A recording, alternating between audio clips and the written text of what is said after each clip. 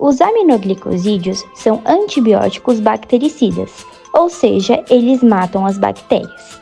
Eles atuam principalmente contra bactérias gram-negativas e aeróbicas, criando fissuras na membrana externa dessas células. Em alguns casos, os aminoglicosídeos podem ter efeito combinado contra bactérias gram-positivas, sendo usados em tratamentos específicos. Hoje em dia, a resistência aos aminoglicosídeos ainda é rara, mas vem aumentando com frequência. Uso típico de aminoglicosídeos. Embora não sejam uma classe nova de antibióticos, os aminoglicosídeos têm papel importante no combate a infecções.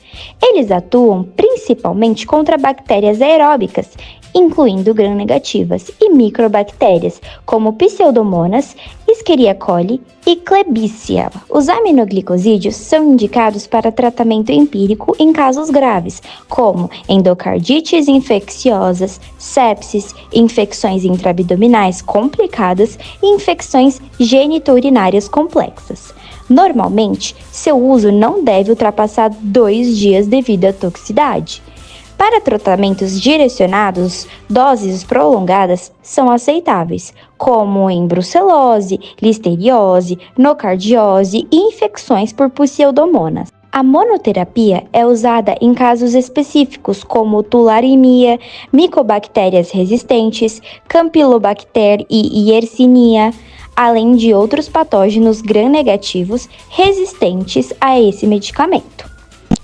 Em outros casos, os aminoglicosídeos fazem parte de tratamentos combinados para aumentar a eficácia. Farmacocinética.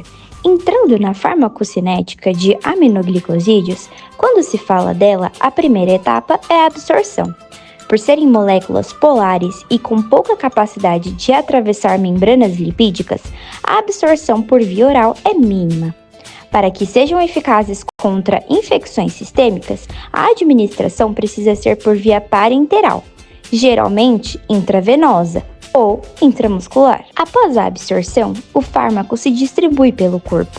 Os aminoglicosídeos se distribuem bem no fluido extracelular, mas sua polaridade impede que cheguem a alguns locais, como o sistema nervoso central, pulmões e tecido adiposo.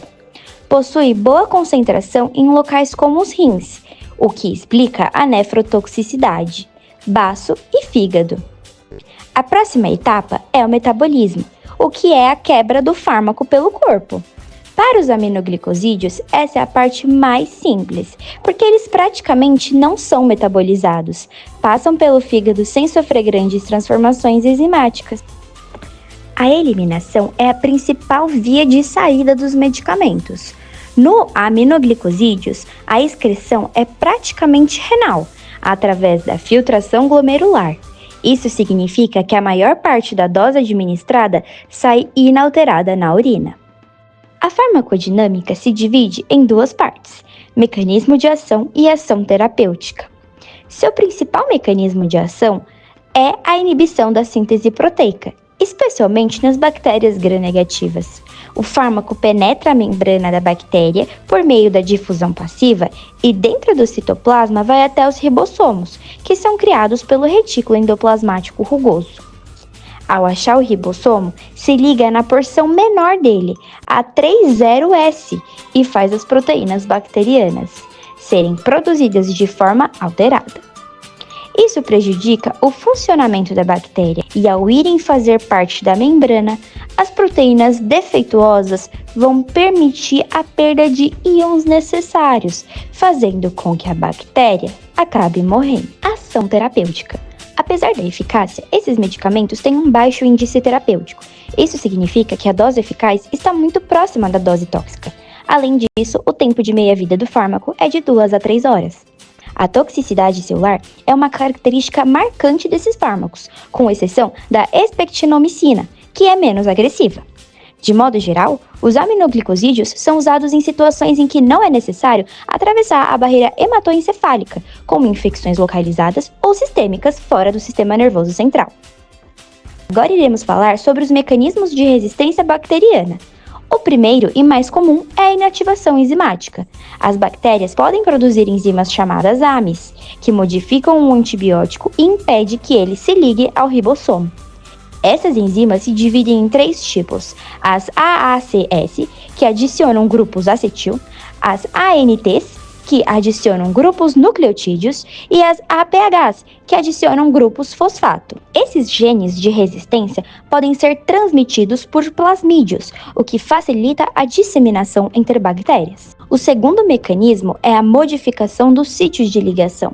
Isso pode ocorrer por metilação do RNA 16S ou por mutações na subunidade 30S do ribossomo, reduzindo a afinidade do antibiótico.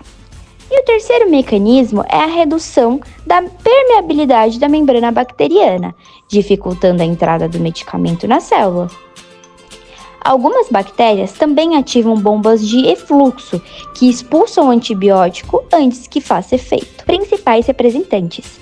Entre os principais representantes dos aminoglicosídeos, nós temos amicacina, apramicina, canamicina, dihidroestreptomicina, espectinomicina, gentamicina e neomicina, além da associação espectinomicina com lincomicina. Efeitos adversos. Agora, é importante falar sobre os efeitos adversos que exigem bastante atenção. O principal é a nefrotoxicidade, ou seja, a toxicidade nos rins. Ela acontece porque o antibiótico se acumula nas células dos túbulos renais, causando necrose tubular aguda. Entre eles, a neomicina é a mais nefrotóxica. Já a estreptomicina, a dihidroestreptomicina e a tobramicina são consideradas menos agressivas. Outro efeito adverso muito importante é a ototoxicidade, que afeta o ouvido interno e pode causar perda auditiva ou problemas de equilíbrio. Esse efeito é causado pelo acúmulo do fármaco nos líquidos da orelha interna e, infelizmente, pode ser irreversível. A neomicina e a dihidroestreptomicina estão mais associadas à perda de audição, enquanto a estreptomicina costuma causar mais distúrbios vestibulares, especialmente em gatos, que são mais sensíveis. Esses riscos aumentam com o uso prolongado, doses altas ou uso conjunto com diuréticos, como a furosemida e as tiazidas. Também pode ocorrer bloqueio neuromuscular, que leva à fraqueza, apneia e bradicardia. Isso acontece porque o fármaco inibe a liberação de acetilcolina nas junções neuromusculares, principalmente quando usado junto com anestésicos ou bloqueadores musculares. Em casos mais raros, podem ocorrer neurite periférica ou neurite óptica reversível, principalmente com o uso prolongado da espritomicina. Risco de toxicidade. Alguns fatores aumentam o risco de toxicidade, como o tratamento prolongado, desidratação, acidose, distúrbios eletrolíticos, idade avançada, doença renal pré-existente e uso de outros medicamentos nefrotóxicos. Curiosamente, dietas ricas em cálcio podem ajudar a reduzir o risco, pois o cálcio compete com o aminoglicosídeo pela ligação celular. Além disso, o uso em dose única diária tem se mostrado mais seguro e eficaz, mantendo o efeito antibacteriano e reduzindo a exposição renal. E quanto ao uso em animais? Bom, a gentamicina é um dos aminoglicosídeos mais usados e indicados para afecções urinárias, respiratórias, cutâneas e septicemias em cães, gatos, bovinos e equinos. A amicacina tem ação parecida, mas é mais resistente à inativação por enzimas bacterianas, sendo usada em infecções graves ou resistentes, como pneumonia e otite. A estreptomicina foi um dos primeiros aminoglicosídeos descobertos e ainda é usada, geralmente associada à penicilina, no tratamento de brucelose e leptospirose. Por ser muito tóxica, quando administrada de forma sistêmica, é usada ou oralmente em pomadas, soluções e preparações intestinais, atuando contra infecções cutâneas e gastrointestinais. Bom, em resumo, os aminoglicosídeos são antibióticos potentes e eficazes, mas precisam ser usados com muita cautela. Seu uso deve ser sempre prescrito e acompanhado por um médico veterinário, para garantir segurança, eficácia e evitar riscos de toxicidade. Quando bem utilizados, os aminoglicosídeos continuam sendo ferramentas valiosas no tratamento de infecções graves, mantendo um papel importante e fundamental na medicina veterinária. Espero que tenham gostado do vídeo e tenham entendido pelo menos um pouquinho sobre os aminoglicosídeos. Até a próxima e tchau!